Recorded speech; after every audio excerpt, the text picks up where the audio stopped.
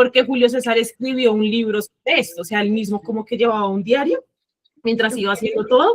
Entonces eso es como lo que más se conoce de él.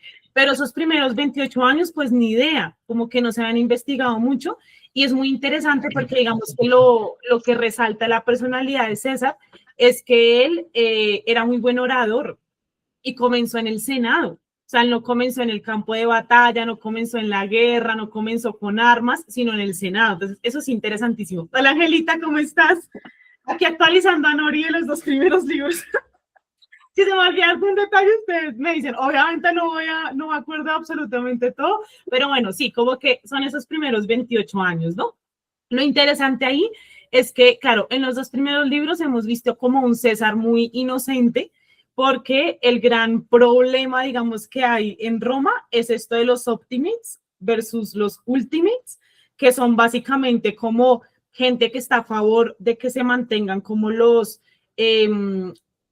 privilegios para la gente rica y los que quieren pues ayudar a la gente pobre. Así como muy resumidamente, obviamente pues cada uno tiene diferentes cosas, en fin. Entonces, César está a favor de los de la gente pobre, que son los optimates. Entonces, el primer libro es buenísimo porque es que él se enfrenta a uno de los mayores ultimates. ¿Lo estoy diciendo bien o mal? No, optimates, ¿cierto? Ajá. Que es Dolabella, que este man pues es un corrupto, se ha robado un montón de plata, o sea, es como terrible y él se enfrenta a él en el Senado y todo el tema, es súper interesante. Y ya en el segundo libro es donde aparece Cleopatra y ahí como que Posteguillo marca algo muy interesante y es que ellos se llevan muchos años. Ella de hecho tiene la edad de la hija de Julio César. Entonces como que eso es muy interesante, o sea, es súper, súper jovencita. Y eso pues uno usualmente como que no lo ve así, como que es una cosa de, no, pues se llevaban, no, pero ellos se llevaban muchísimos años. Entonces el libro pasado fue conocer la infancia de Cleopatra, con todo lo que pasa con los Ptolomeos, con su hermano, que ellos se casaban entre ellos, bueno, como hay todo ese tema que el papá la quería, pero Cleopatra era como bastarda, que es una mujer muy inteligente. Lo que he querido resaltar mucho Posteguillo es que pues Cleopatra no era solo hermosa, que lo decía en la charla, ¿cierto, Ani? Sino que ella era, pues, inteligente, o sea, muy inteligente, era muy, o sea, como estratega también, leía un montón. Entonces, bueno, como que todo eso, pues, terminó como encantando también a César. Y pues en el proceso han pasado muchas cosas, pero básicamente en este momento César está muy endeudado porque se ha puesto a pedir plata prestada para poder llevar a cabo como su proceso político y demás. Él también en el libro pasado lo secuestraron unos piratas y para poder pagar ese rescate también tuvo que pedir mucha plata prestada. La hija por ahí hizo un esfuerzo. ¿Yo un gatico? No. ¿Ah, quién? ¿Nori? Yo tengo 2. Hola, no, yo no. A mí los gaticos me dan un poquito de miedo. Pero sí, entonces sí, básicamente es como eso, ¿no? Como que está ahorita muy endeudado y sí está como con esta idea ya de ascender políticamente. Pero entonces un poquito lo que hemos hablado de los libros pasados, que de hecho les voy a compartir esas charlas por si las quieren ver, es que pues es como una visión más bien infantil de César, porque claro, es como este idealismo, ¿cierto? De que... bueno, Patricia, no, yo no tengo gaticos. Porque claro, él está como todavía muy ingenuo con el asunto de ayudar al mundo y todo lo demás, pero ya está comenzando a hacer cositas que no están tan bien, pues porque recordemos que César muere por traición de todos sus senadores, de 45 senadores. Entonces, algo malo hizo, ¿no? Y es como la pregunta que hemos tenido de pensar, pues, en qué momento llegamos de un César que cae muy bien y demás, a, pues, este dictador terrible que quieren matar. ¿No? Entonces, ahí vamos, ese es el proceso y pues, o sea, han pasado muchas cosas, se le murió la esposa, ¿cierto? Que la queríamos mucho a Cornelia, la hija se casó con uno de los enemigos de César para poder por ahí firmar una paz. ¿Qué más ha pasado? ¿Qué más creen importante como para entender un poquito? Aquí recordando así como, pero sí, igual. El triunvirato es lo Ajá, importante, los tres. Que está aquí en el principio de la tercera. Está hablando justamente del triunvirato en el Premium. sí, que es esta alianza que tienen entre, Craso, eh, Pompeyo y César. así es, Entre Craso, Pompeyo y César. que se odian, pero Se pues odian los Pero tres. reinan juntos. tienen que Ah, estar ahí juntos. Entonces, Tal sí, cual. como básicamente eso, o sea, es mucho, obviamente, Nori, ¿no? O sea, son 2 libros anteriores de 2000 páginas, pero pues al final, digamos que tanto a ti como a Steph, y por ahí está Dianis también pensándolo, como que yo dije, bueno, pueden meterse al tercero, porque yo sé que mientras se ponen al día leyendo los 2 libros a este, pues como que nunca va a pasar. O sea, como que es difícil, ¿cierto? Como sacarle tanto tiempo a estos libros. Y segundo, pues porque es una novela histórica. Entonces, al final, digamos que entendiendo los hechos principales, como que sí pero anima.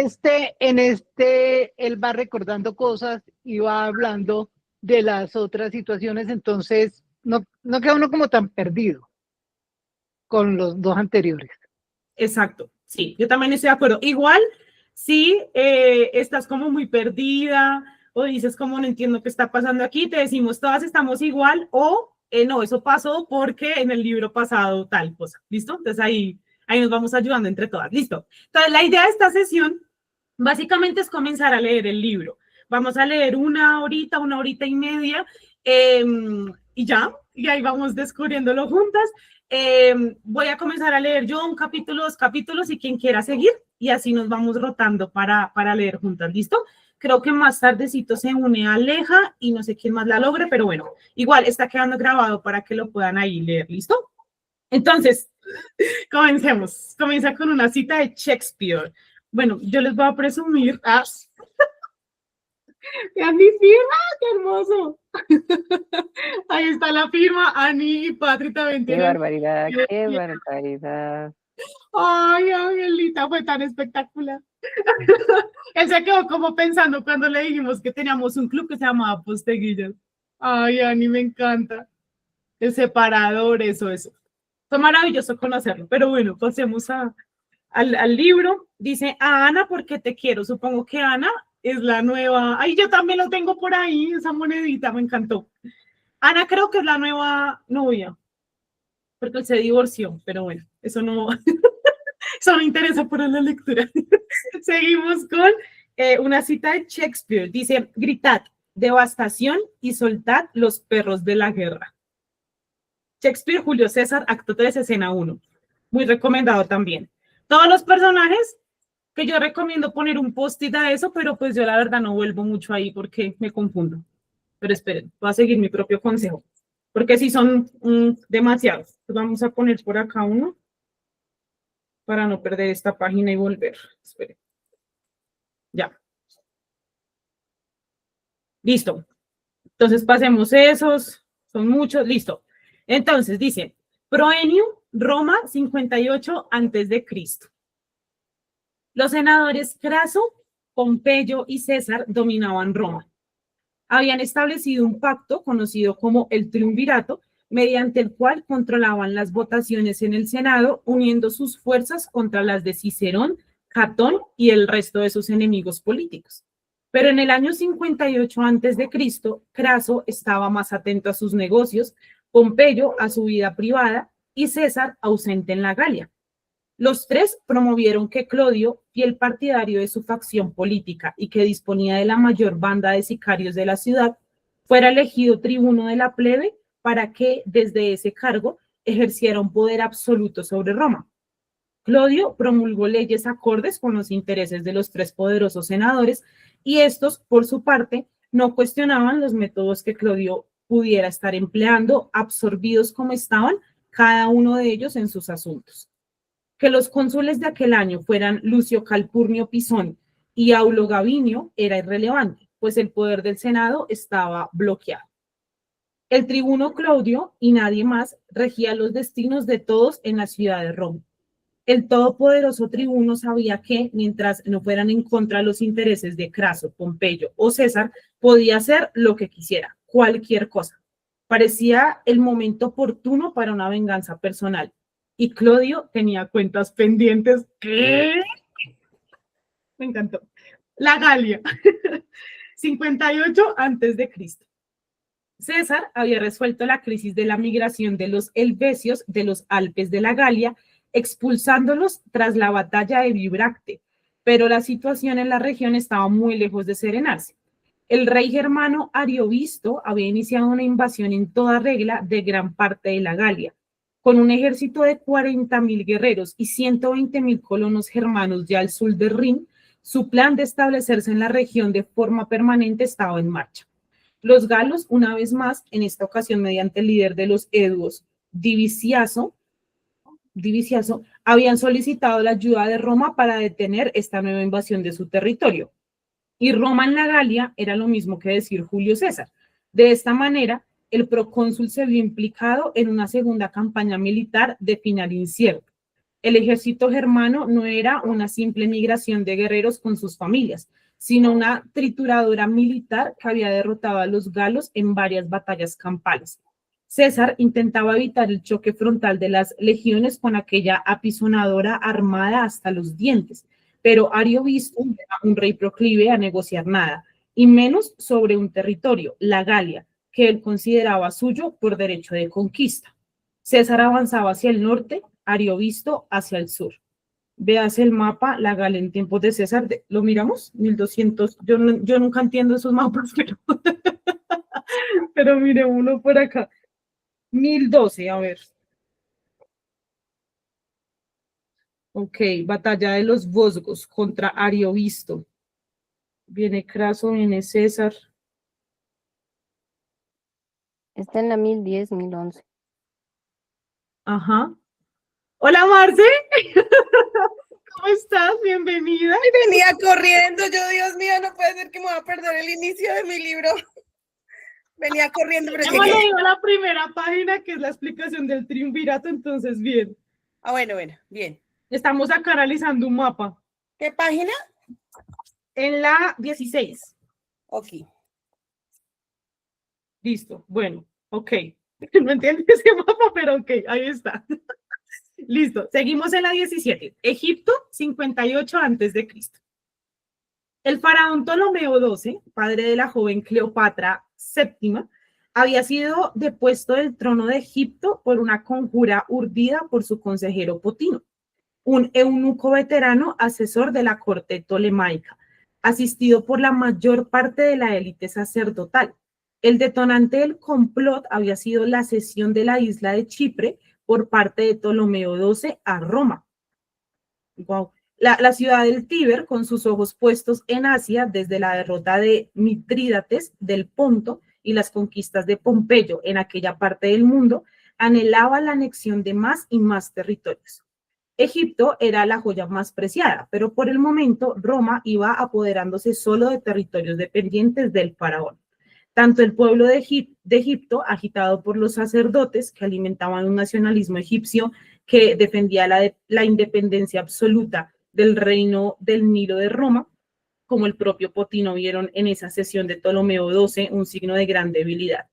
Ni el pueblo ni los sacerdotes acertaban a comprender que militarmente Egipto ya no podía oponerse a un poder como el de Roma y que en consecuencia la línea de negociar cesiones y sobornar a senadores romanos, iniciada por Ptolomeo XII, era la única salida posible para alargar la independencia del legendario reino. Potino, más astuto, más clarividente, si podía ver esto, pero el viento en Alejandría soplaba en favor de los nacionalistas egipcios y decidió unirse al complot que depuso a Ptolomeo XII y situó en el trono a su hija mayor, Berenice. Esta era un títere en manos de los sacerdotes, pero una marioneta que, al poco tiempo, manifestaría tener sus propias ideas. Ptolomeo XII se refugió en el exilio, primero en Grecia y luego, por fin, en Roma misma, donde buscaba comprar suficientes voluntades en el Senado romano como para poder retornar al trono de Faraón con el apoyo militar romano, a cambio de más cesiones territoriales y un flujo incesante de trigo hacia la capital de la inmensa república. Su hija pequeña, Cleopatra, lo acompañaba en aquel exilio. En el 58 a.C., Roma, la Galia y Egipto eran 3 mundos distintos que sin saberlo iban camino de un único destino. Liber primus, Ariovisto. Primero, el poder de Clodio. Roma 58 a.C. Mátalo, dijo ella, mátalo sin piedad. Clodio escuchaba, su esposa Fulvia era la que hablaba. Cicerón en pie, inmóvil, esperaba la decisión de Clodio de actuar según deseaba Fulvia, o no. Clodio y Fulvia venían escoltados por una turba de sicarios armados con dagas y mazas. Cicerón, pese a haber sido advertido por algunos senadores amigos de que Clodio iba por él, no se atrincheró en su casa como hiciera en el pasado, cuando Catilina envió a varios de sus conjurados para asesinarlo. Cicerón tenía claro que en la nueva Roma del triunvirato de César, Craso y Pompeyo, el tribuno Clodio era quien mandaba y no había nada que hacer ya contra él. Si no salía a recibirlo a la puerta de su casa, la incendiarían y lo quemarían vivo. Cicerón además no era de rehuir la muerte cuando ésta llegaba inexorable. Él era de afrontarla cara a cara. Por eso salió y abrió personalmente la puerta a Clodio y su esposa solo, sin ni siquiera esclavos armados que lo defendieran, lo que en cualquier caso sería del todo inútil. Mátalo, repitió Fulvia. Cicerón se quedó inmóvil esperando la daga que le diera muerte. Los dos, Clodio y Fulvia, tenían motivos para querer matarlo y Cicerón no tenía con qué defenderse, sencillamente había llegado su hora. Pero todo aquello había empezado años atrás. Clodio tenía la peor de las reputaciones. Tras su sacrílega participación en el escándalo de la Bonadea, promovido por Aurelia, la madre de César, para tener una justificación con la que su hijo pudiera divorciarse de su incómoda esposa Pompeya, su carrera política quedó aniquilada. Aunque saliera exonerado en el juicio gracias a múltiples sobornos, el hecho de que Clodio se hubiera infiltrado en los ritos religiosos en honor de la Bonadea, en los que solo podían participar mujeres, había dejado su imagen pública demasiado deteriorada como para poder optar a un puesto en el Senado. Poco importaba que todo hubiera sido una farsa con la que hacer creer a la sociedad romana que Pompeya, segunda esposa de César, nieta del dictador Sila, tenía una aventura extramarital con el propio Clodio, quien supuestamente se habría aprovechado de la celebración religiosa para vestirse de mujer e intentar tener un encuentro secreto con Pompeya. Tal fue el escándalo que César, gracias a la estrategia de su madre, consiguió su deseo de divorciarse por adulterio de Pompeya, pero Clodio quedó marcado por aquel suceso para siempre y su ascenso político paralizado. Mátalo, esposo mío, insistió ella ahora al oído de Clodio, con aquella voz joven y dulce, sibilante como la de una serpiente, embriagadora, persuasiva. Él seguía pensando, repasando los últimos episodios de su vida. La ambición de Clodio era inmensa. Vetado el camino político del Senado, quedaba, no obstante, otra ruta para conseguir poder, el tribunado de la plebe, y más aún desde las incipientes reformas políticas impulsadas por César y Craso, que habían dotado a las asambleas del pueblo y a sus líderes, los tribunos de la plebe, de más capacidad legislativa y atribuciones de las que habían tenido esas instituciones en mucho tiempo, siempre en detrimento del Senado. Ser tribuno de la plebe en los tiempos del triunvirato era mucho más importante que en otros periodos políticos, pero había un obstáculo técnico-legal que soslayar para que Clodio pudiera presentarse a unas elecciones a tribuno de la plebe. Él era patricio y los patricios, según la ley, no podían presentarse al cargo de tribuno del pueblo. Y si no lo quieres matar por sus insidias contra ti, esposo mío, continuó la joven Fulvia, siempre susurrando al oído de su marido, mátalo por todo lo que lleva haciendo contra mi familia desde hace años.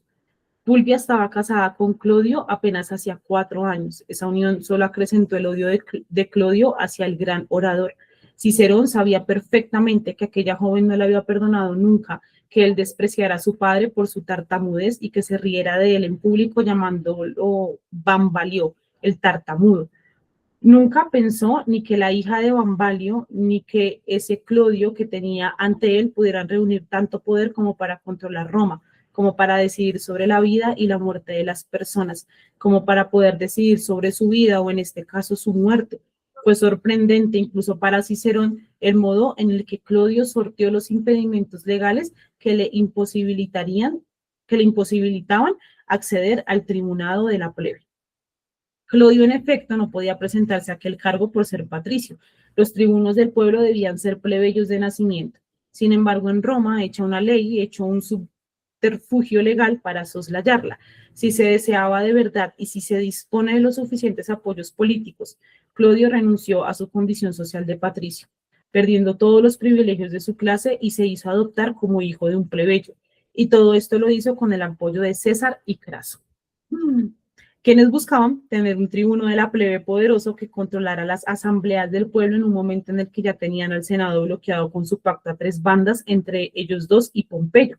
Con el Senado paralizado, con Cicerón y Catón incapaces de vetar nada de lo que se decidiera en las asambleas del pueblo, lo que la plebe votara y eligiera era aún más importante.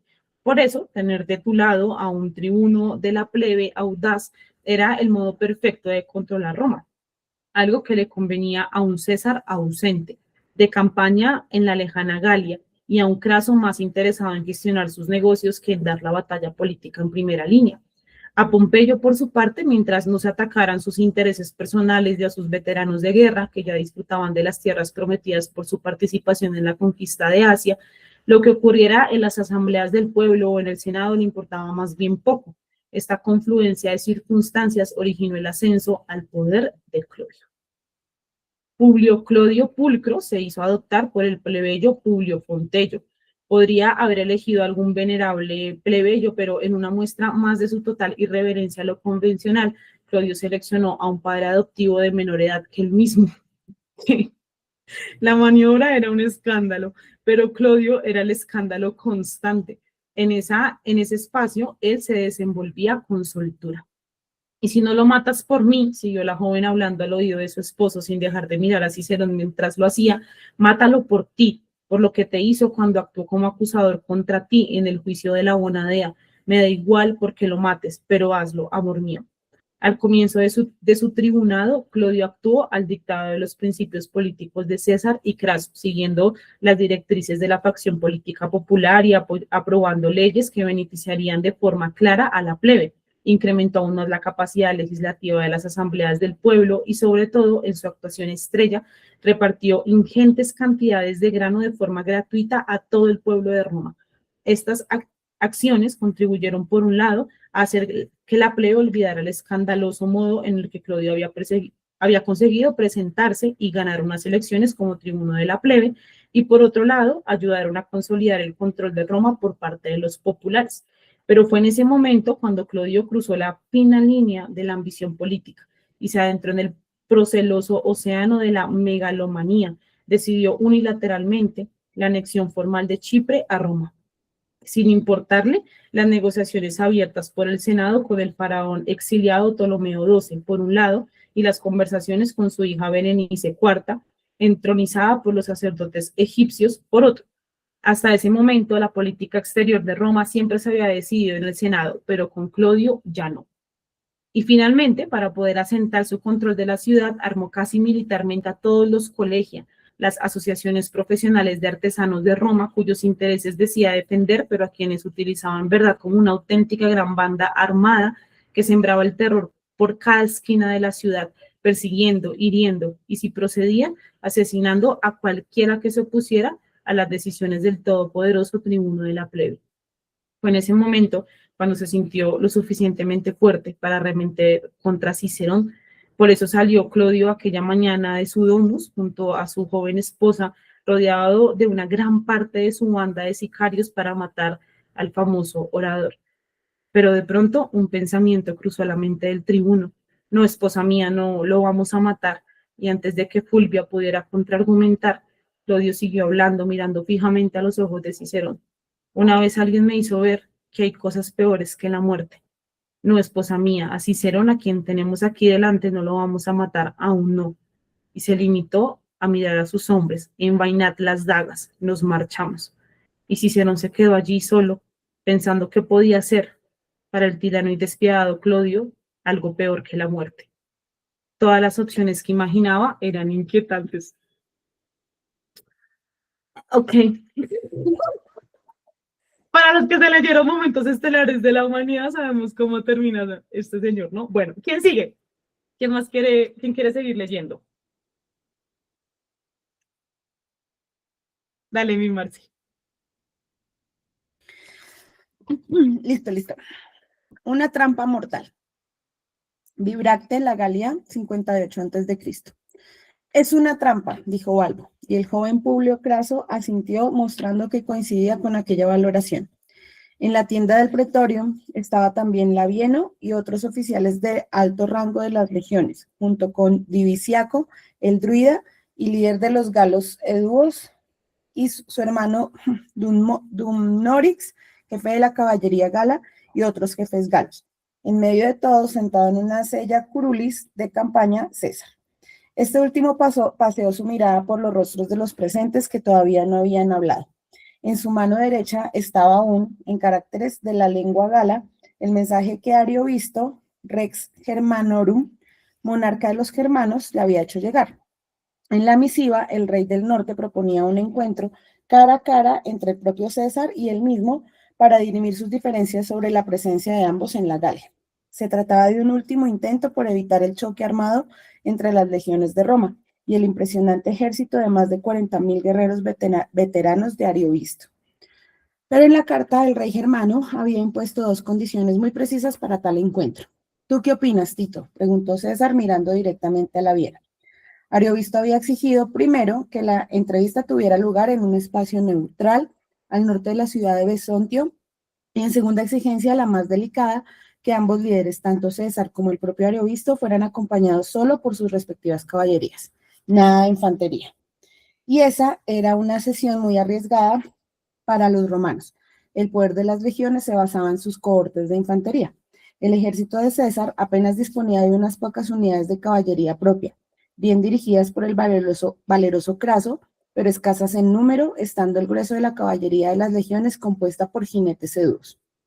Y estos eran los mismos guerreros que se habían mostrado remisos al combate duro en enfrentamientos previos, como la batalla de Vibracte, en la que a las primeras de cambio, Dumnorix, ejerciendo el liderazgo de aquella unidad militar, dio la orden de retirarse y dejó a los romanos solos ante los helvecios, boyos y tulingos.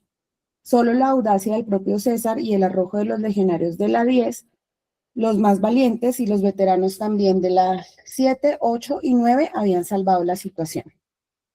César seguía mirando a Labieno en espera de una respuesta, pero no le apremió a hablar. Había aprendido a respetar los silencios de su segundo en el mando, que antes de dar una opinión meditaba. A César y al resto de sus oficiales les costó averiguar, tras la batalla de Vibracte, quién había dado la orden de retirar a los jinetes sedudos al principio de la lucha. Pero al final el nombre de Dumnorix fue mencionado en repetidas ocasiones por varios de los oficiales galos interrogados. Era sensato, pues, acudir al encuentro del peligroso rey de los germanos, acompañada por una caballería de tan dudosa lealtad. Espérenme un segundo, voy a apagar acá, que es que me está ardiendo el ojo y me apena. Ya. De tan dudosa lealtad, preferiría hablar a solas con el procónsul de Roma, respondió al fin Labieno. César comprendió que era una forma elegante de solicitar que Divisiaco, Dumnorix y otros líderes galos no estuvieran presentes cuando él formulara sus pensamientos en voz alta. De acuerdo, aceptó César. Y no tuvo que decir nada más. Sus oficiales empezaron a abandonar la tienda y con ellos Divisiaco, Dumnorix y el resto de los celtas. Balbo, tú y Publio, quedaos, añadió el procónsul, dirigiéndose a su amigo hispano y al joven hijo de Craso, mientras miraba de reojo a Labieno. Este cabeceó afirmativamente. En el exterior. Nos hacen salir de la tienda por ti, lo sabes, ¿verdad, hermano?, apuntó Divisiaco en cuanto se encontraron a solas a unos 20 pasos del pretorio de campaña. Dumnorix no se dignó a responder. En el fondo pensaba que su hermano era un blando. Él consideraba la Galia de otra forma. Veía un vasto territorio gobernado solo por y para galos. Por eso pactó en el pasado con los helvecios. Por eso se retiró de la batalla de Vibracte. Dumnorix callaba y se limitaba a mirar el suelo. Por eso había pactado ahora con Ariovisto. Los germanos tampoco le gustaban, pero ya se encargaría de ellos cuando hubieran expulsado de la Galia a los romanos. Estos últimos le parecían mucho más complicados de empujar hacia el sur sin contar con la ayuda de un ejército adicional y potente como el de Ariovisto. Sí, este era un germano, pero duro, no como el débil de su hermano Diviciaco, que había sucumbido a la invasión romana en el interior. No nos podemos fiar de Dumnoris, empezó Labieno. Antes no sabíamos la mitad de lo que sabemos ahora, pero ya averiguamos que Dumnoris influyó en las negociaciones entre secuanos y helvecios para que los primeros permitieran cruzar su territorio a los segundos. Nos han informado también de que fue Dumnoris quien instó a que muchos pueblos galos fueran muy remisos a proporcionarnos grano durante la campaña anterior contra los propios helvecios. Y finalmente, como todos sabemos, ya en la batalla de Bibracte fue Dumnoris quien dio la orden de retirada de la caballería nada más empezar la lucha, dejándonos solos. No puedes ir con esos jinetes, bajo su mando, a entrevistarte con el rey germano. Será una emboscada de la que no regresarás vivo. Frente a ti, un líder germano agresivo y a tu espalda, un jefe galo de lealtad incierta. Pero he de acudir a ese encuentro, respondió el procónsul de Roma, sereno, sentado en su sella curulis, bebiendo algo de agua de un cuenco de cerámica. ¿Por qué? Preguntó Labieno. Dame una sola razón. Yo no lo veo necesario. Detener al rey germano con las legiones, sí, pero hablar con él, no. César echó un trago más, dejó el cuenco en la mesa y habló con intensidad en la voz. Porque si existe una posibilidad de resolver este conflicto evitando que centenares de legionarios caigan en combate, es mi obligación explorar esa opción. Porque esos mismos legionarios tienen miedo a los germanos, como en el pasado lo tuvieron los hombres de mi tío Mario, a los germanos teutones, a los cimbrios y los ambrones del norte. Porque si no acudo a esa reunión, todos, legionarios, germanos y galos, me verán como débil, como cobarde. No dudéis de que en apenas una hora no se estará hablando de otro asunto en el campamento que de esta propuesta de reunión. Por todas estas razones, he de presentarme y hablar cara a cara con el rey germano. Labieno suspiró. Como cuando César se empeñó en aceptar ser fiscal contra Dolabella, podía detectar ahora en su amigo aquel mismo empecinamiento casi irracional. César, era cierto, acababa de aportar motivos importantes para acudir a aquel encuentro, pero para él pesaba mucho más la desconfianza hacia la caballería de Dumnoris que cualquier otro razonamiento que César pudiera alegar para ir a esta reunión, a esa trampa normal. Y hay una razón más, añadió César. Labieno, Balbo y el joven Craso escuchaban atentos. Es bueno conocer a tu enemigo en persona, sentenció César. En el exterior, Labieno, Balbo y Craso salieron de la tienda del pretorio. Los rostros eran sombríos. ¿Cuál es la decisión del procónsul? Los interpeló Diviciaco con genuino interés. Fue Balbo el que respondió. El procónsul acudirá al encuentro. Parte mañana, al alba. Diviciaco muy serio asintió. A su espada, Dumnoris se giró lentamente para ocultar una leve sonrisa que, veloz, borró de su rostro y clavó entonces sus ojos en uno de sus jinetes que lo observaban desde la distancia. Dumnoris se llevó la palma de la mano a la frente 2 veces. El jinete repitió el mismo gesto, acordado de antemano, en señal de respuesta. Montó un caballo que tenía próximo y emprendió la marcha junto con una docena de guerreros galos también a caballo. Cuando el grupo de jinetes llegó a las puertas del campamento, los legionarios de guardia los abordaron, pero los jinetes, como aliados que eran, conocían la contraseña para entrar y salir de la fortificación. Al instante las puertas se les abrieron y partieron al galope hacia el norte. En el interior del campamento, en las tiendas de los sedúos, un guerrero se dirigió a Dumnoris en voz baja. ¿Crees que ese jinete es de fiar, el que porta el mensaje para el rey germano? A fin de cuentas, no es realmente uno de los nuestros, no es de nuestra tribu. No, no lo es, pero tiene agallas, respondió Dumnoris, y odia a los romanos tanto como nosotros. César no se equivoca. Campamento de Ariovisto, al norte de Besontio. 3 días más tarde, varios mensajeros de César informaron al rey de los germanos de que el procónsul de Roma acudiría a la reunión, aceptando además la condición de presentarse acompañado solo por la caballería de su ejército. Ariovisto se limitó a enviar una respuesta indicando el lugar que proponía para el encuentro. Lo que los mensajeros romanos no sabían es que un día antes ya habían llegado jinetes galos para informarle de todo aquello. Ariovisto estaba exultante por lo fácil que estaba resultando resolver el asunto del líder romano que tantos quebraderos de cabeza había dado a los galos en los últimos meses. Los celtas eran claramente muy inferiores en estrategia y en audacia. El rey germano no era hombre de muchas palabras, pero aquella mañana, pensando en Julio César, se permitió usar 3. Ya es nuestro. A mí me encanta la Vieno, sigo amando, no me acordaba de la relación de ese par y me encanta. Como uno es o sea, cómo necesita César a la Vieno, ¿no? O sea, tan leal y tan, lo que César no ve, el otro lo ve desde la calma, me encanta. Listo. Súper. ¿Quién sigue?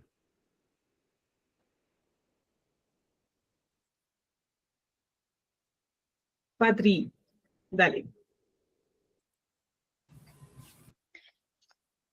3. Si me escuchan, espérame. Subo el volumen. Berenice, reina de Egipto. Alejandría, Egipto, 58 a.C. No entiendo por qué he de casarme y menos con este reyezuelo débil y de dudoso linaje. Berenice IV, reina de Egipto, entronizada como nueva faraón, tras la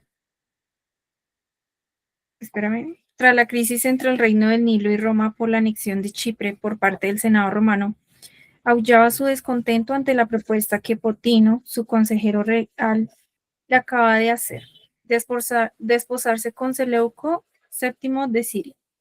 El veterano consejero asentía y callaba. Era conveniente dejar que la reina se desahogara antes de insistir en que aquel matrimonio era el único camino para sentarse en el poder. Ese hombre no es ni siquiera un rey poderoso que pueda aportarnos fuerzas militares o un linaje de prestigio, continuaba Berenice, indignada. Esta propuesta de matrimonio es inútil y una humillación impropia de ti. Humillarme, eso es lo que busca el Senado de Roma con este matrimonio. No exactamente, faraón, reina y diosa de Egipto, dadora de vida, salud y prosperidad. Se atrevió a ponerse Potino, pero añadiendo los títulos de respeto que le correspondían a Berenice como monarca del Nilo. ¿Qué quieres decir?, lo increpó ella, que no comprendía a dónde quería llegar su súbdito. Roma, sencillamente, ni faraón ni reina, no acepta, ¿cómo podría expresarlo bien? No considera la opción de hablar con una mujer, por muy faraón que sea, de tú a tú. Roma no reconoce la autoridad de gobierno de ninguna mujer en ninguna parte del mundo.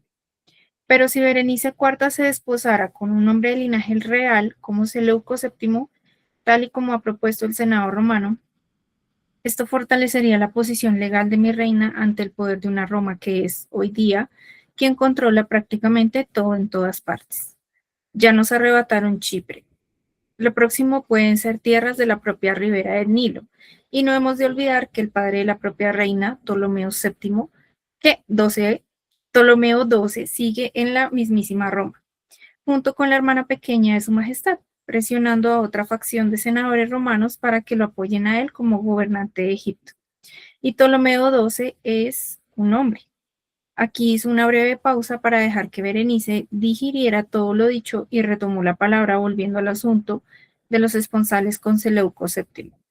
Por otro lado, que el candidato propuesto para desposarse con la reina de Egipto sea de pobre linaje puede ser un insulto, pero también es una ventaja. ¿Una ventaja? Berenice no parecía comprender los razonamientos de su consejero. Sí, si vuestro futuro esposo fuera alguien como el famoso Alejandro, por poner un ejemplo, se explicó Potino, sin duda os ensombrecería y sería él quien de hecho regiría el destino de Egipto. Pero Seleuco, como bien apunta la reina, no es nadie, apenas un descendiente no muy claro de una dinastía de los Seleucidas, muy venida a menos, de los vastos territorios que en el pasado controlaron sus antecesores. Seleuco VII apenas mantiene el gobierno de Sicilia y algunas ciudades fenicias, totalmente expuesto por un lado a las flotas piratas que aún quedan en la región y por otro al poder de vecinos poderosos como Armenia. Ciertamente no es nadie, pero eso a los ojos del pueblo egipcio hará de él solo un extranjero débil y todos en Alejandría seguirán viendo en la reina Berenice la auténtica faraón de Egipto, y a ella seguirán y obedecerán. La debilidad de vuestro futuro esposo será vuestra fuerza. Uy, esperen, yo pongo esta aquí. Un posit por fiscal. La monarca se quedó pensativa unos instantes. A sus 18 años lo meditaba todo mucho. No tenía la agudeza ni la rapidez ni el conocimiento de su hermana pequeña, Cleopatra, pero no era estúpida. Entonces, ¿crees que ese matrimonio es mi mejor opción?, preguntó ella al fin. Aceptar ese matrimonio, mi faraón y reina, respondió Potino, hace que la monarca de Egipto sea de fiar a ojos de Roma, y eso retrasa las negociaciones de Ptolomeo con su senado. Cada día que pasa, vuestro padre fuera de Egipto es más débil y la reina Berenice más fuerte. ¿Además qué?, preguntó la reina incómoda ante el hecho de que su consejero no terminara la última frase. Además, siempre puede ocurrirle algo a vuestro marido. La vida es muy azarosa. Berenice lo miró fijamente. No pidió aclaraciones sobre aquella aseveración final de su veterano asesor. En su lugar, iluminó su bello rostro con una sonrisa algo inquietante. Es cierto lo que dices, a mi futuro marido le puede pasar cualquier cosa. Quizás seas mi consejero, Potino, durante muchos años.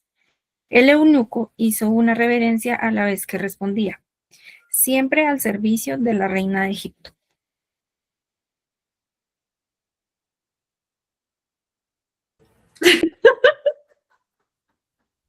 Ya hay suposiciones. ¿Quién sigue? Anita, dale. Y después Cuarto. Angélica. Cuarto, la caballería griega. Espérate, bajo acá. La caballería gala. Campamento general de Julio César. Bibracte, la Galía, 58 a.C.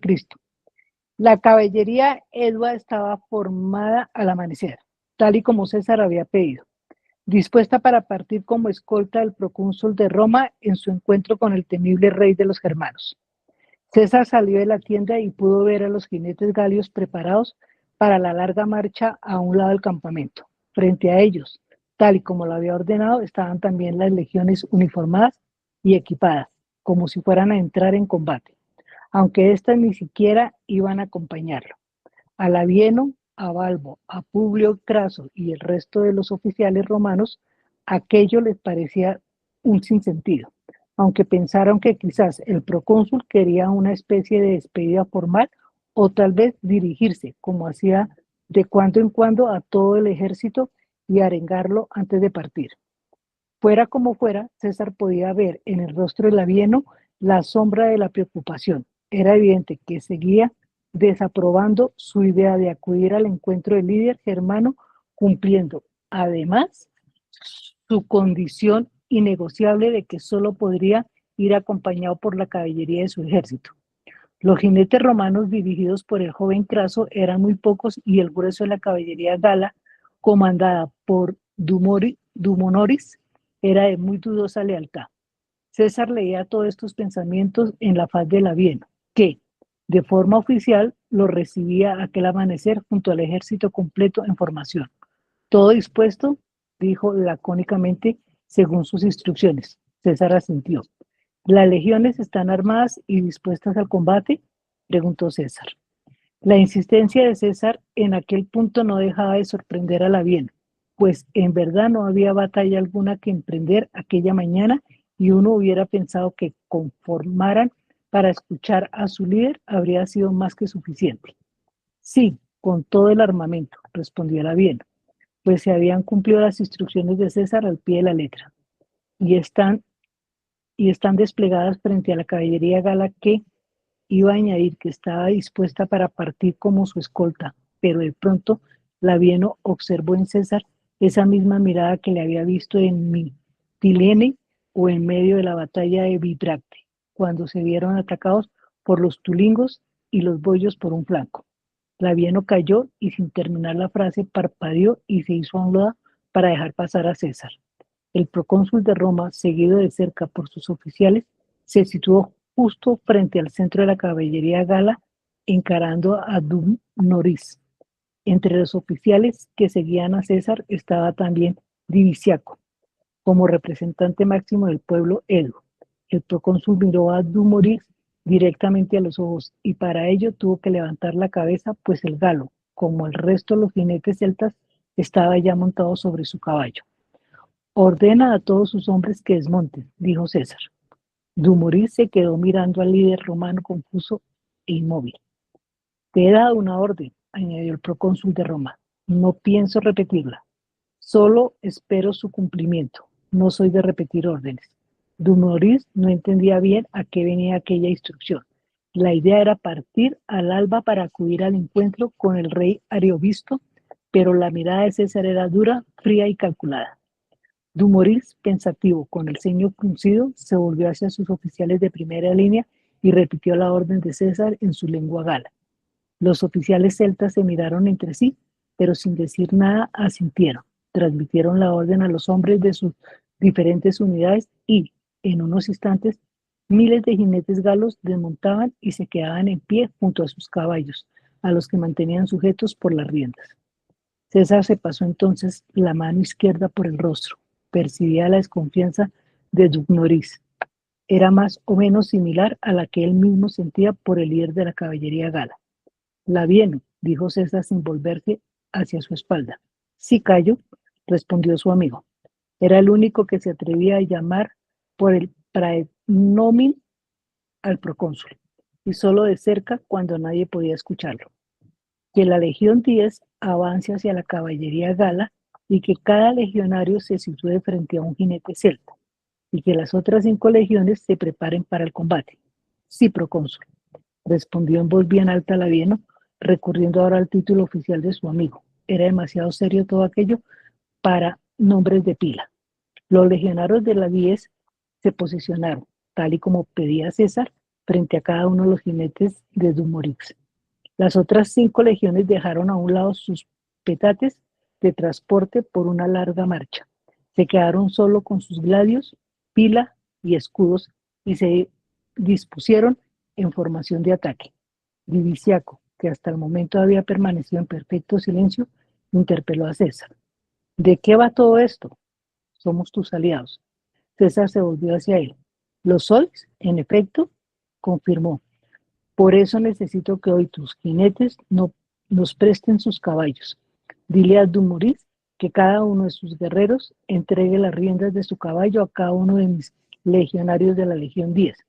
César había hablado alto y claro, de modo que el propio Dumoris había oído cuál era su exigencia, pero por el momento no decía nada ni se movía. Divisiaco abrió la boca como si fuera a decir algo, pero la volvió a cerrar sin haber hablado. Los caballos serán devueltos a los guerreros de Dumoris a nuestro retorno del encuentro con Ariovisto, explicó César. Pero la petición del rey germano era que solo se podía acudir al encuentro acompañado por la caballería. ¿Y tú vas a llevar una legión? El procónsul de Roma elige su caballería para cada circunstancia, añadió César, categórico e inapelable. Es mi potestad y son mis órdenes. Vosotros me pedisteis ayuda para terminar con la amenaza de Ariovisto, eso haré a mi manera. Divisiaco negaba con la cabeza, miró al suelo, alzó de nuevo la mirada y volvió a hablar en un susurro. Dumoris no va a aceptar esta orden tuya, dijo, también taxativo, sin la misma autoridad en la voz, pero sí transmitiendo su pleno convencimiento sobre lo que decía. Lo sé, replicó César, en un tono más bajo también. Por eso te he dado la orden a ti, para que tú se la des a Dumoris como superior suyo que eres, como su vercobreto y como su hermano mayor. Y, de nuevo, en alto, tenéis 3 opciones. 1, si Dumoris no obedece, me retiraré con mis 6 legiones de la Galia y os dejaré solos con Ariovisto. 2, si Dumoris se encara militarmente conmigo aquí y ahora, ordenaré a mis 6 legiones que masacren vuestra caballería. Y 3, lo que he ordenado, que los jinetes de Dumoris entreguen sus caballos a mis legionarios de la región 10 en préstamo por unos días. Acudiré al encuentro de Ariovisto con ellos, resolveré la situación y a mi regreso devolveré los caballos a sus jinetes. Tú decides. Diviciaco torcía la cabeza y respiraba con rapidez. Labieno, Balbo, Craso y el resto de los oficiales romanos asistían atónitos a la situación. El Vercobreto y Druida, líder de los Eduos, se separó del séquito de César y se dirigió junto a su hermano, que era el único galo que permanecía montado sobre su caballo. Ya has oído al procónsul de Roma, le dijo, que tus hombres entreguen los caballos a los legionarios de la 10. Dumoris se pasó la punta de la lengua por los labios mientras meditaba. Esos legionarios no son jinetes, no saben montar, dijo. Diviciaco suspiró. No quería entrar en una discusión pública con su hermano delante de todos los guerreros edos. Eso no es asunto nuestro, respondió Diviciaco a su hermano menor.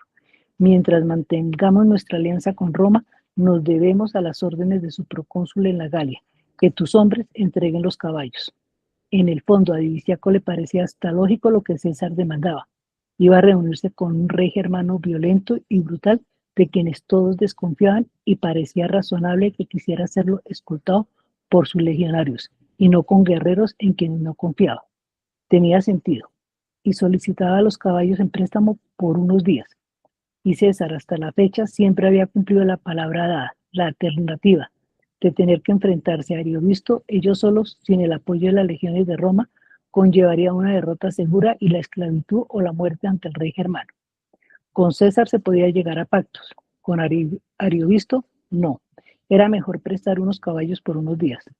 Baja del maldito caballo, Porteranix, vociferó Diviciaco de pronto con tal fuerza y tal rabia que sobresaltó a todos, incluido a su hermano. A todos menos a César, que, impasible, asistía a la cena, a aquel pulso entre hermanos como una estatua, en silencio perfecto, los brazos en jarra, la mirada fija en el jefe de la caballería gala. Dumoris, ojos rabiosos, frente arrugada, por fin, muy despacio, desmontó de su caballo.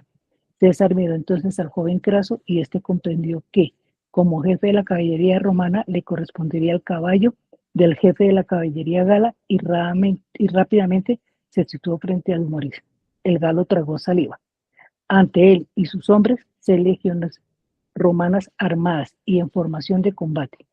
¿Cómo no había previsto algo semejante? Dumoris muy lentamente tiró de las riendas, acercó su caballo a Craso y le entregó el animal. Luego se separó unos pasos y miró a sus oficiales. Estos repitieron la operación con diferentes oficiales romanos. Y lo mismo hicieron el resto de los jinetes galos. De modo que, al poco, cada legionario de la Legión 10 tenía asido por las riendas uno de los magníficos caballos de la caballería Edua. Dumoris clavaba sus ojos en César con odio eterno, como el hur que se siente desvalijado por otro jugador mediante un ardid que no ha sabido anticipar y se siente al tiempo engañado y estúpido. César ignoró aquellos ojos, giró el cuello hacia la derecha y se dirigió de nuevo a la Viena. Que monten los caballos. El segundo al mando del ejército romano, desplazado a la Galia, transmitió la orden. Era uno de esos momentos en los que la admiración de Labieno por su amigo crecía, pero aún había más. Y cancela todas las contraseñas, añadió el procónsul de Roma. No quiero que ningún galo salga de nuestro campamento para informar al rey germano de nuestra, buscó una palabra adecuada, nueva caballería. Y, César frunció el ceño, si algún galo, eduo o de cualquier otra tribu se acerca a las puertas para intentar salir, además de que se le impide el paso, quiero saber su nombre. No todos los legionarios habían montado a caballo antes y hubo algunos a quienes les costó controlar su montura, pero tras unos momentos de confusión, durante los cuales los nuevos jinetes y los animales hacían esfuerzo por aceptarse mutuamente, la Legión 10 estaba a caballo. La nueva caballería romana inició su marcha con el propio César y Labieno cabalgando al frente, y poco a poco al paso los nuevos caballeros de Roma franquearon las puertas de la fortificación. En el interior del campamento, Dumoris miró de nuevo hacia el mismo guerrero galo al que había hecho una señal tras la reunión en la que César había confirmado que iría al encuentro con el rey germano.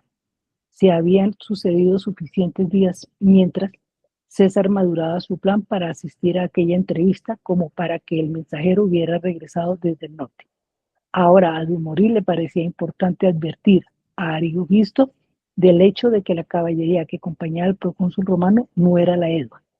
El guerrero galo, que hacía las veces de mensajero, asintió y de nuevo, como había hecho hacía unos días, acompañado por varios de sus hombres, se acercó a la entrada del campamento en cuanto la Legión 10 lo hubo abandonado, justo antes de que se cerraran las puertas. Sin embargo, en esta ocasión, cuando entregó una tablilla con la contraseña que daba derecho a salir del campamento y que solo tenían los oficiales romanos de más alto rango y algunos de los líderes galos, el centurión al mando del acceso principal a la fortificación negó con la cabeza.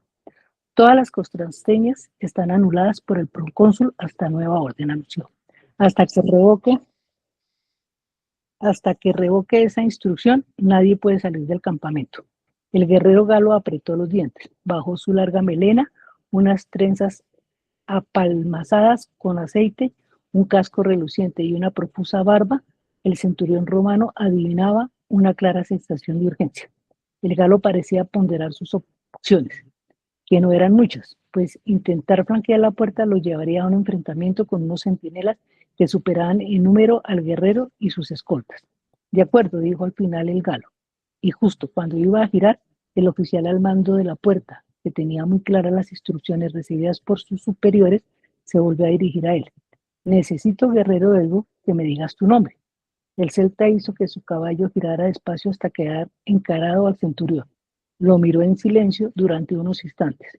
No tenía mucho sentido mentir o ocultar quién era. No había hecho nada ilegítimo a ojos de los romanos. Y en cualquier caso, si preguntaban, pronto averiguarían su nombre. No soy Edgo, sino Arverno, precisó con un ramalazo de orgullo que no pasó inadvertido al centurión. Y mi nombre es Vercingetorix.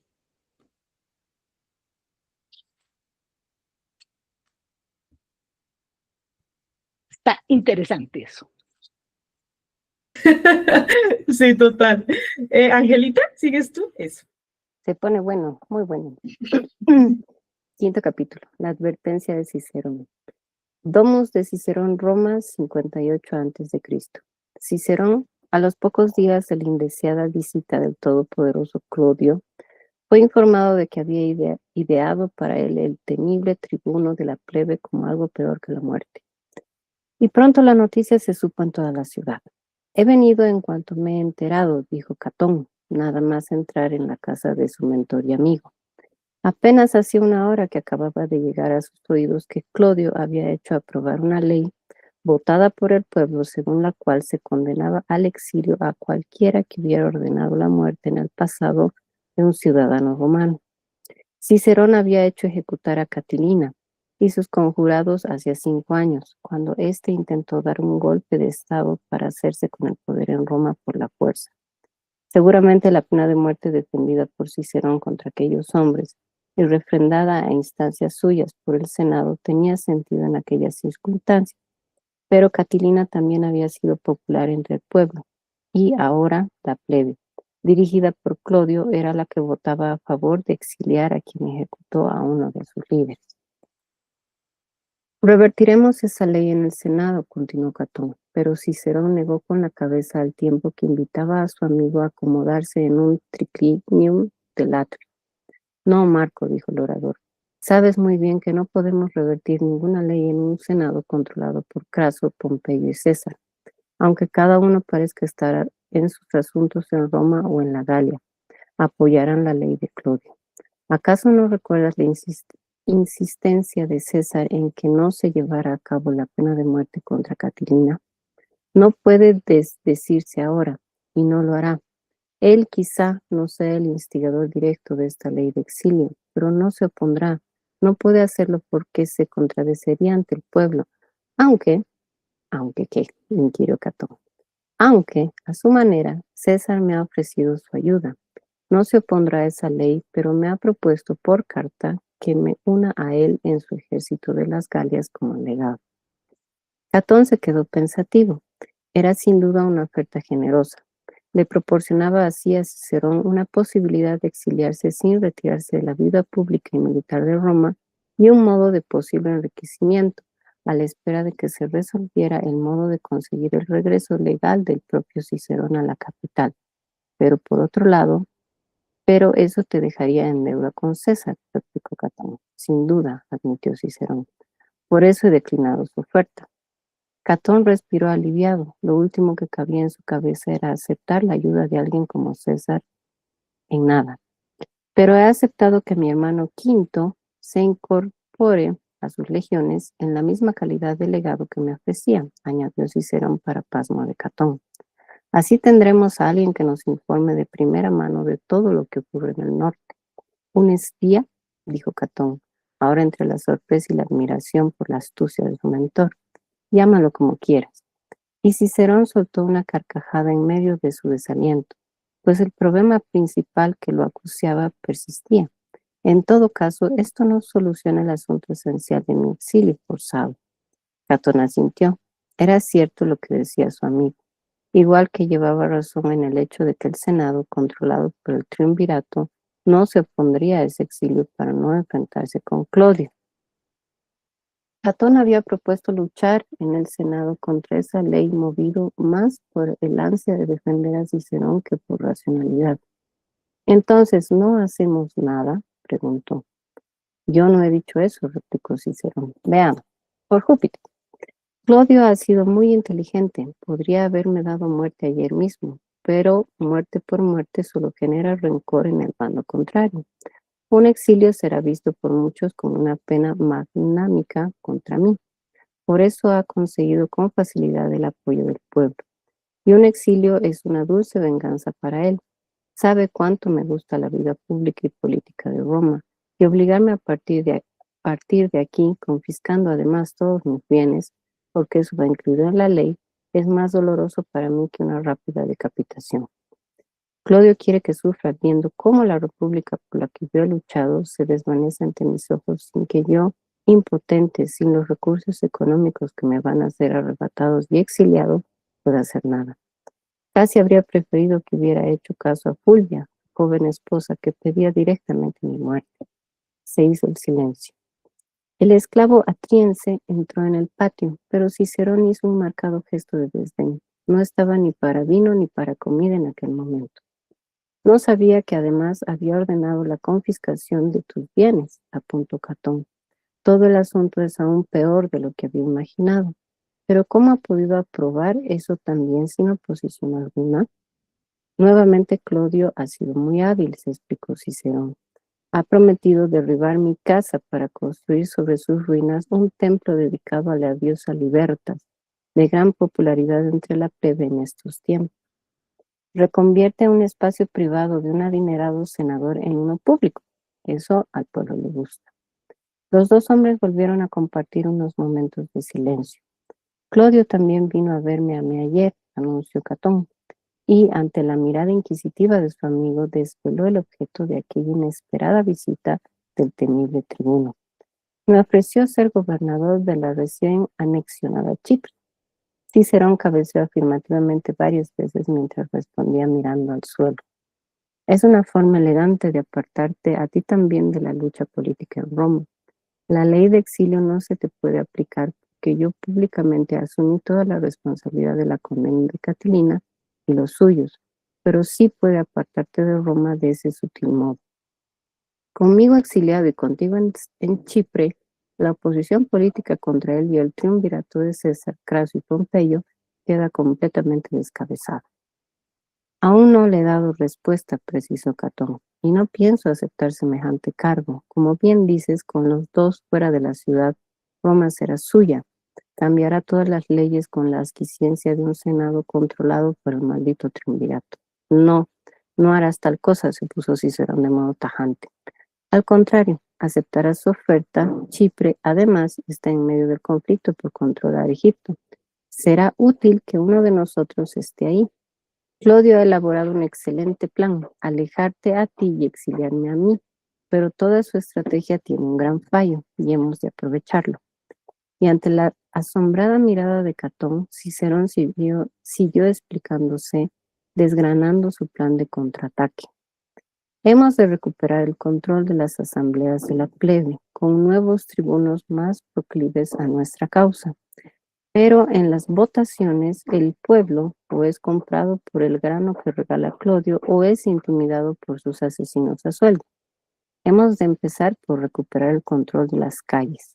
Hemos de reunir otra banda de sicarios tan potentes como la del propio Clodio y luchar en las calles, una a una, esquina a esquina, a muerte, con dagas, hachas o mazas, pero sin tocar a Clodio directamente por el momento. He pensado en Milón, nos ha ayudado en otras ocasiones cuando se ha tratado de turbas y altercados callejeros y tiene tan pocos escrúpulos como el propio Clodio. Está a su nivel, nos debe favores del pasado y si convencemos a los optimates para que lo financien, pronto tendrá una banda con la que poner freno a la violencia incontrolada de Clodio. Ese es el primer paso. Recuperadas las calles, recuperaremos cierta libertad real en las votaciones de las asambleas y conseguiremos tribunos de la plebe más propicias a nuestra causa. Primero hemos de acabar con el poder de Clodio. Luego, amigo mío, eliminado a Clodio, iremos a nuestro objetivo principal, el triunvirato. Catón sentía admirado por la resiliencia de Cicerón, quien, ni aun viéndose abocado al exilio y con sus bienes próximos a ser confiscados, no se rendía en modo alguno. Dirigiremos todo esto, tú desde Chipre y yo desde mi exilio, continuó el orador. Los optimates pagarán a Milón, ya lo verás. De acuerdo, aceptaré el cargo de gobernador de Chipre y actuaremos según propones, pero Catón tenía aún una duda. ¿Cuál es ese gran error que ha cometido Clodio en todo esto? Cicerón por primera vez en bastantes días sonrió. Dejarme con vida. Tendría que haber hecho caso a su esposa. Domus de Pompeyo esa misma tarde. Si has venido a pedirme ayuda, no la vas a obtener, dijo Pompeyo a modo de saludo en cuanto vio a Cicerón entrar en el atrio principal de su gran residencia Roma. No he venido a pedir ayuda, replicó el recién llegado mientras miraba a su alrededor. Paredes recién decoradas con pinturas murales con todo tipo de motivos florales, animales, de caza o de juegos de lucha, mobiliario nuevo con maderas exóticas que no reconocía, quizá provenientes de Asia, aún relucientes, un fastuoso mosaico en el centro de enormes dimensiones sobre los 12 trabajos de Hércules, con teselas tan pequeñas que parecía casi una pintura más, lámparas de aceite de momento apagadas en mitad de la tarde, pero de bronce deslumbrante, copas de oro y plata en las mesas, vajilla de bronce recubierta de una fina capa de plomo de la mejor cerámica sigillata de Hispania. La opulencia se respiraba en cada esquina de aquella casa. El conquistador de Asia no hacía nada por ocultar su riqueza. La austeridad no iba con él. Cicerón aún recordaba sus monumentales desfiles triunfales con carrozas tiradas por elefantes, cuyo paso resultaba imposible bajo alguno de los arcos de la vía sacra, lo cual supuso tener que desenganchar a los animales con el consecuente oprobio a la inabarcable vanidad de Pompeyo. Si no has venido a que intente bloquear en el Senado la nueva ley de Clodio que te empuja al exilio, no comprendo a qué otro motivo pueda deberse tu visita a mi casa esta tarde. Se hizo un silencio espeso, casi pegajoso, entre ambos hombres. Solo la entrada de la joven y hermosa Julia y sus palabras relajaron un poco el ambiente áspero que envolvió el encuentro de ambos senadores. Quizá podríamos ofrecer un triclinium y algo de agua o vino al clarísimo vir Cicerón, amado esposo. Pompeyo aceptó la sugerencia de su mujer con un gesto hacia los esclavos que observaban desde una esquina. Las diferencias políticas no tenían por qué estar reñidas con la buena educación. En eso llevaba razón su joven esposa. Cicerón aceptó la oferta, se reclinó en uno de los triclinia, tomó una copa de vino en su mano y volvió a hablar. No vengo a pedir una ayuda que ya sé que no piensas ofrecerme, vengo a hacerte una advertencia. ¿Una advertencia? ¿Sobre qué?, preguntó Pompeyo. Cicerón miró a Julia, que se había acomodado en el otro triclinium junto a su esposo. El orador pensó y por fin respondió mirando de nuevo a su anfitrión y a la vez enemigo político. Una advertencia sobre Clodio. Clodio actúa en defensa de mis intereses políticos, replicó Pompeyo. Y los de Craso y César, completó Cicerón. O eso pensáis los tres, pero realmente Clodio está sin control y solo actúa en función de sus propios intereses.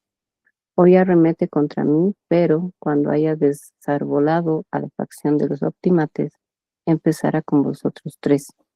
Creo que no sois conscientes de ello. Clodio es un Catilina en ciernes alimentado por vuestra inacción, que crece en poder sin parar y puede terminar devorando a quienes le están dando de comer políticamente, por decirlo de forma metafórica. Pompeyo se quedó mirándolo sin parpadear. Luego bebió un sorbo de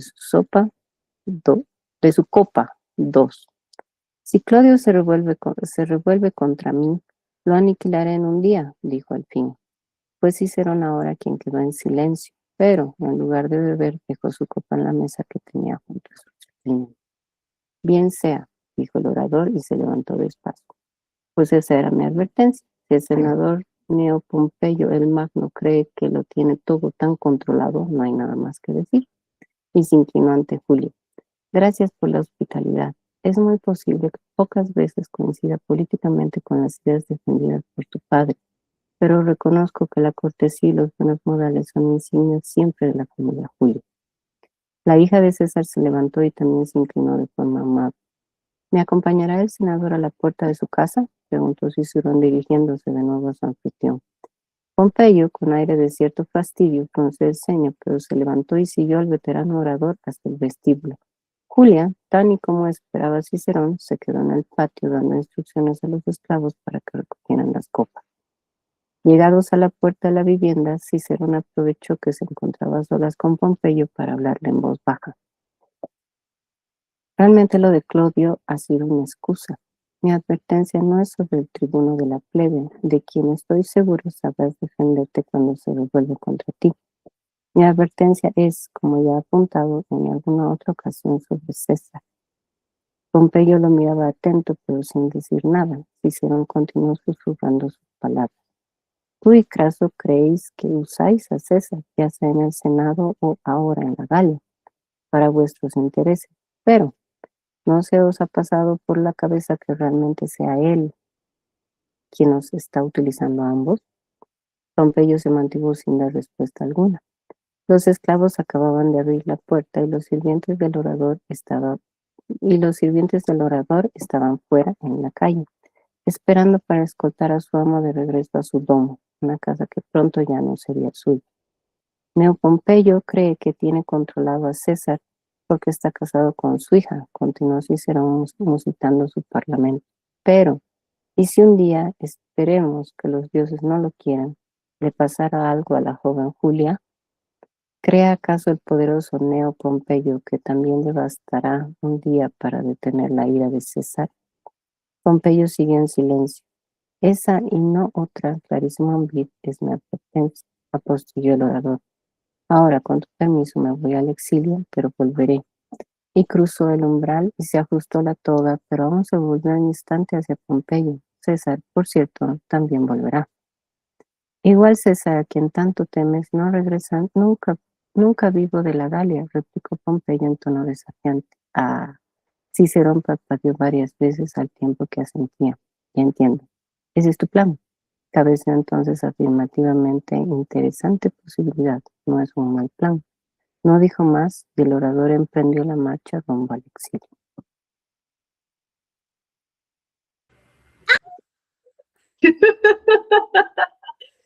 Nori, Grave.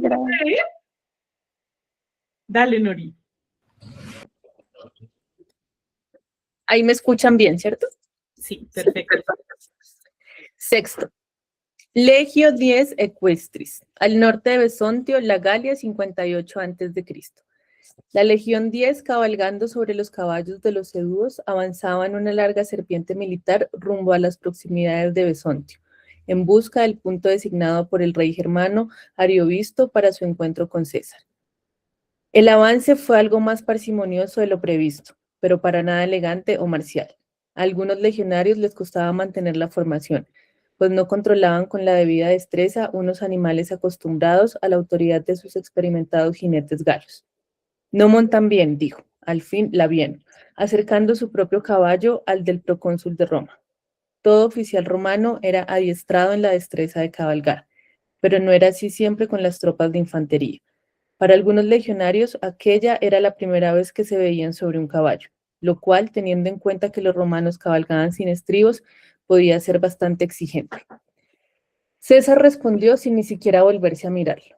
Mejor 500 malos jinetes leales que 5.000 buenos jinetes proclives a la traición.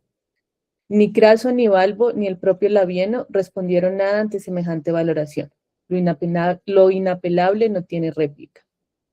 De este modo, el estandarte del toro de la Legión 10 se adentraba entre los bosques del norte de la Galia.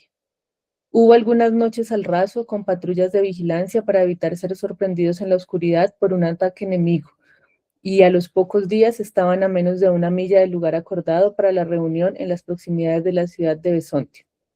El campamento general germano está tras esas colinas, informó uno de los legionarios enviados como avanzadilla. César asintió. En ese momento, justo por el horizonte, en las primeras horas de aquel nuevo día, se dibujó la silueta de varios centenares de jinetes suevos y arudes casi como por ensalmo. Los germanos se aproximaron hasta que apenas quedaban unos 200 pasos de distancia y se detuvieron. César, Labieno y el resto de los oficiales observaban aquella caballería enemiga con atención. No eran migrantes como los helvecios. Aquellos suevos y arudes cabalgaban recios, altivos, desafiantes como militares profesionales, como guerreros eternos para quienes el combate era su forma habitual de vida. Puede que entre los miles de colonos germanos establecidos por Aviosto al sur del Rin hubiera agricultores, ganaderos y artesanos, pero no entre aquellos jinetes que les cortaban el paso. Uno de los caballeros germanos, acompañado por solo 10 jinetes, se adelantó al resto. Su porte y su casco reluciente, la magnificencia de su caballo y sus riendas con adornos de oro y plata anunciaban que aquel no era otro guerrero más, sino el propio rey Ariovisto. César miró a Labieno y éste asintió e hizo una señal a un pequeño grupo de 10 jinetes que había seleccionado previamente entre los hombres más distinguidos por su valor en los combates contra los helvecios y que además hubieran mostrado pericia a la hora de montar. Era clave no dejar entrever al rey germano que los jinetes que acompañaban al procónsul de Roma pudieran ser inexpertos o torpes. César avanzó y aquellos 10 hombres hicieron que sus caballos siguieran a su líder. Cabalgaron hasta que cuando apenas quedaban unos 40 pasos, los germanos se detuvieron. César levantó el brazo derecho y refrenó su montura, y lo mismo hicieron sus hombres. El rey germano desmontó despacio y entregó las riendas doradas y plateadas de su caballo a uno de los jinetes suevos de su escolta. César hizo lo propio y cedió el control de su montura a uno de los legionarios de la 10. El rey germano y el procónsul de Roma recorrieron lentamente los pasos de distancia que los separaban, como dos fieras que se estudian para decidir si les conviene o no entrar en la lucha que ambos intuyen mortal. César ya había apreciado la calidad de las armas de su oponente, el hecho de que apoyara su mano sobre la empuñadura de la espada envainada y la fortaleza muscular que asomaba por debajo de las protecciones de cuero y bronce que cubrían el pecho del rey. Lo que le interesaba ahora, al acercarse, al detenerse ambos apenas a 2 pasos el uno del otro, era verle los ojos, azules, intensos como un mar sin fondo, y sin un ápice ni de miedo ni de estupidez. Un enemigo, en consecuencia, temible. Ariovisto habló. César no entendió lo que decía, aunque identificó el uso de la lengua gala. Saludo Ariovisto, Rex Germanorum, respondió el procónsul de Roma en latín, pero el monarca germano no reaccionó. Hubo un silencio largo. César comprendió que Ariovisto no entendía el latín ni tenía pretensiones de que se usara aquella lengua en la negociación, porque ni había traído intérprete alguno ni hizo ademán de reclamar a cualquiera entre sus hombres que pudiera comunicarse en esa lengua. El rey germano permanecía inmóvil. César desestimó usar el griego, con el que estaba seguro tampoco obtendría comunicación alguna. Por otro lado, sabía que tras las negativas de Ariovisto a emplear el latín había un significado político. El procónsul sí se volvió a Labieno y le reclamó un intérprete, y el segundo en el mando del ejército romano se dirigió a su vez hacia el grueso de las tropas legionarias, reclamando la presencia de uno de los galos que había hecho las veces de intermediario en otras negociaciones con líderes galos. César ya había considerado la necesidad de tener que recurrir a uno, pero las instrucciones del rey germano habían sido muy precisas. Solo la caballería al norte de Besontio, solo 10 hombres de escolta y luego solo ellos dos. La presencia de un tercero sin que se viera clara su necesidad podría haber indispuesto al monarca enemigo. El intérprete por fin llegó junto a los dos líderes. Ariovisto repitió las palabras que había pronunciado antes y añadió más. Bastante para un hombre que no se prodigaba en grandes discursos. El intérprete tradujo lo mejor que pudo.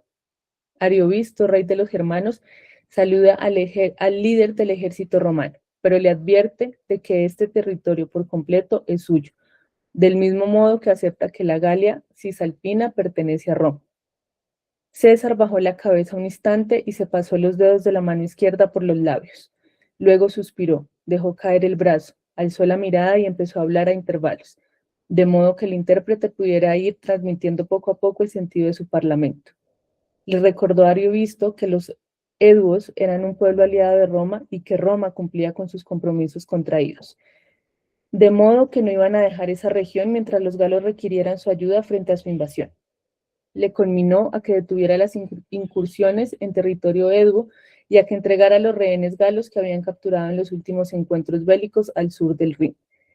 El intérprete tragó saliva antes de traducir las últimas palabras de César y si hubiera podido habría salido de allí corriendo. El rey germano escuchó con atención, pero sin asentir en ningún momento y manteniendo siempre su faz tan seria como impenetrable. Era imposible saber qué estaba pensando. Ariovisto respondió, y ahora el intérprete no encontró alivio en tragar más saliva mientras escuchaba lo que tenía que traducir. César miró al galo. El rey germano dice, para el intérprete era importante remarcar que no era lo que él pensaba, sino que solo transmitía lo que el monarca enemigo acababa de decir, pero incluso así no se atrevía a continuar. ¿Qué dice el rey?, preguntó César, instando al galo a traducir sin más demora. El rey insiste, clarísimo vir y procónsul, en que los territorios eduos pertenecen ahora a su pueblo germano por derecho de conquista, al igual que otros territorios pertenecen a Roma por ese mismo derecho de conquista. Y también dice que, mientras las legiones del procónsul permanezcan en lo que él considera parte de su reino, las tratará como enemigos que hay que expulsar. César apretaba los labios. El tono desafiante del rey germano era una evidente provocación, pero no estaba seguro de cómo responder cuando de pronto, como si los acontecimientos quisieran subrayar el sentido inapelable de las palabras pronunciadas por Ariovisto, se oyó el silbido inconfundible de proyectiles arrojados por potentes ondas desde ambos flancos. Algunas de las piedras cayeron sobre los jinetes romanos de primera línea, hiriendo a varios y generando confusión por lo inesperado de aquel ataque en medio de las negociaciones. Pero nadie se retiró. La caballería romana permaneció en su sitio. A continuación, varios centenares de guerreros suevos emergieron de entre los árboles colindantes y lanzaron jabalinas nuevamente sobre los jinetes romanos de primera línea, más próximos a los extremos de la larga formación militar. Hubo más heridos, gritos y varios muertos, pero una vez más la Legión 10 se mantuvo firme en sus posiciones. César se giró un momento hacia atrás y comprendió que de haber sido la caballería edua dirigida por Dumonorix la que hubiera recibido aquellas andanadas de proyectiles, los caballeros galos se habrían retirado dejándolo solo a merced del rey germano y un centenar de arudes que venían ahora por detrás de Ariovisto con fines nada amistosos. César asumió que el tiempo de las palabras había terminado para el monarca enemigo y retomó su montura por las riendas. Montó sobre ella y veloz galopó, junto con su pequeña escolta de regreso todos juntos a las firmes hileras de jinetes romanos que permanecían tras él sin moverse un ápice, pese a los heridos y muertos, a la espera de sus órdenes.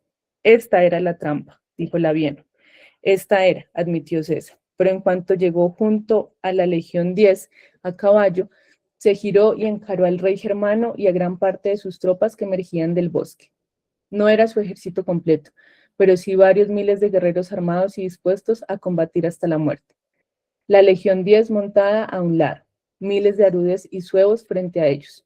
Los caballos de unos y otros, presintiendo la lucha inminente, resoplaban y relinchaban nerviosos. César miraba hacia el rey germano. Era el momento del combate. El cielo plomizo, espeso, parecía observar a ambas caballerías confrontadas, expectante. Pero Ariovisto no daba la orden de ataque. Después de haberlo preparado todo para sorprender al procónsul romano, en el momento de la verdad, dudaba.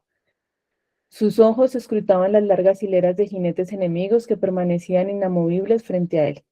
Aquellos no eran los hombres comandados por Dumnoris. El líder romano los había reemplazado por legionarios suyos, que quizá no cabalgaran con tanta desenvoltura como los galos, pero que a buen seguro no iban a dejar solo en ningún momento al procónsul de Roma. Y aquel no era el plan que tenía para eliminar al líder romano. Tendría que ser en otra ocasión, en otro lugar, pero no allí, no aquella mañana. Suspiró y escupió en el suelo. Ejército romano. César vio cómo Ariovisto se retiraba, y con él todos los guerreros suevos y arudes. Nos replegaremos nosotros también varias millas hacia el sur, dijo el procónsul a Labieno.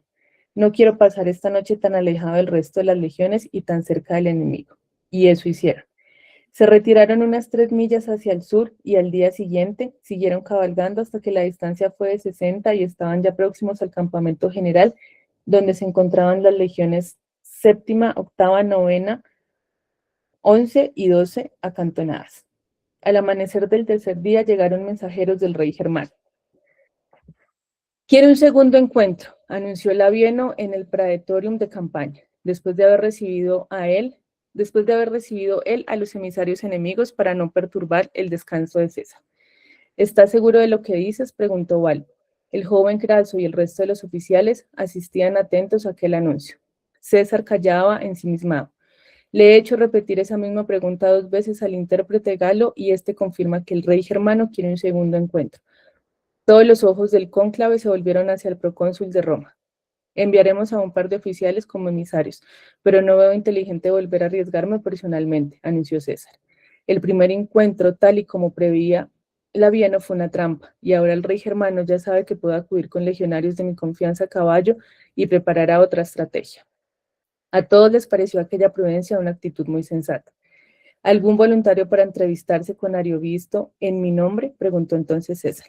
Varios oficiales dieron un paso adelante y se postularon como posibles emisarios. No faltaban los hombres valientes en aquel ejército. Valerio, Prosilo y Marco Mesio fueron los seleccionados. Eran tribunos que se habían distinguido por su valía, pero no eran claves en la línea de mando de las legiones, y César se sentía en la obligación de prever lo peor para aquella misión, y por eso no enviaba a ninguno de sus colaboradores más fieles y cercanos. ¿Volverán vivos?, preguntó Labieno a su amigo cuando ambos se quedaron solos en la tienda del praetorio. César no respondió. Estaba apoyado en la mesa examinando un mapa de la región. Estamos muy al norte, dijo. Hemos de asegurar bien nuestra línea de aprovisionamiento del grano que nos llega desde el sur. Puede ser una campaña larga. Labieno no repitió la pregunta. Tampoco dijo nada con relación al comentario que César acababa de hacer. Le resultaba evidente que el procónsul de Roma solo estaba pensando en alto y por ello se limitó a abandonar la tienda en silencio para no interrumpir sus pensamientos. La noche abrazó el campamento romano con su manto oscuro. Las hogueras de los legionarios que buscaban calor y un lugar donde guisar la cena eran puntos brillantes en medio de una inmensa espesura negra que cubría aquella región remota de la Galia. Por órdenes expresas del procónsul, todos se retiraron pronto a descansar, pues tenían una larga marcha por delante de regreso hacia el sur. Y así fue.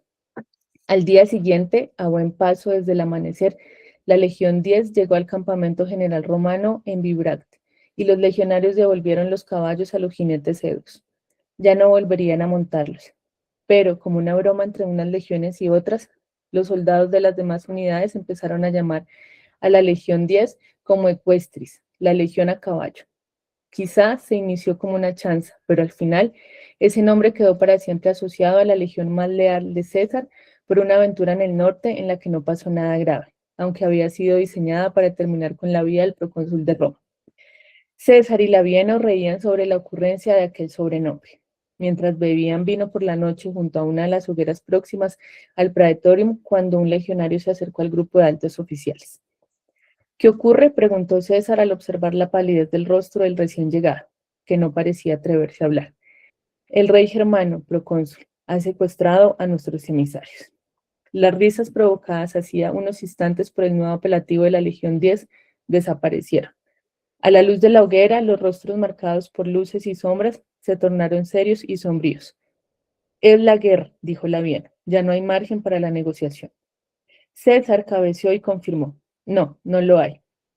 Las hogueras seguían ardiendo. La mayor parte de los oficiales fueron retirándose. Labieno y César se quedaron a solas escuchando el crepitar de la madera ardiendo. Por cierto, reinició Labieno, sé que es algo sin importancia en medio de lo que se nos viene encima, pero me han pasado el nombre de un líder galo que intentó salir del campamento cuando fuimos a parlamentar con el rey germano, y que seguramente sería un enviado de Dumnorix para advertir a Ariovisto de que había reemplazado a los jinetes eduos por los legionarios de la 10. César miraba hacia el fuego.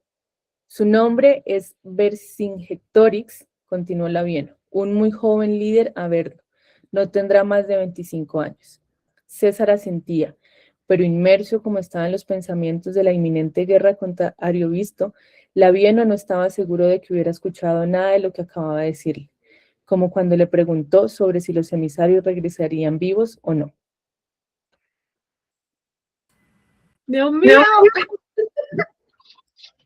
vamos a dejar ahí, porque si decimos otro capítulo buenísimo, más, está vamos a decir buenísimo. otro y otro. Dime, Angelita. Está muy bueno, buenísimo. Está bueno, está claro, ¿cierto? Como quiénes son los enemigos, quién está contra quién, o sea, lo explica muy bien. Pues nada, sigamos leyendo, vamos a tener una charla a la mitad del libro o sea, tenemos nuestra charla de contexto, después vamos a tener una charla a mitad del libro que es 500 páginas, después vamos a ver un documental de César, que pues es una serie, entonces vamos a intentar como ver el primer capítulo y vamos viendo si el tiempo nos da para ver más, y pues ya nuestra charla final, pero pues eso es en 2 meses, tenemos tiempito para seguir leyendo. Entonces nada, chicas, que sigan disfrutando mucho la lectura, la verdad es que sí está muy interesante, pero ya lo voy a soltar, me va a tocar como Anita de 1 hora y ya, ya no más, pero muchas gracias por unirse a esta aventura. Yo sé que sacarle tiempo a un libro de 1000 páginas no es nada fácil, pero Posteguillo vale totalmente la pena. Así que nada, que descansen, que les vaya súper bien con este y todas sus lecturas y nada, buena noche. Chao, chicas. Muchas gracias. Gracias Chao, por su lectura. disfruten esa Gracias. lectura. Chao, chao. Bye. Bye.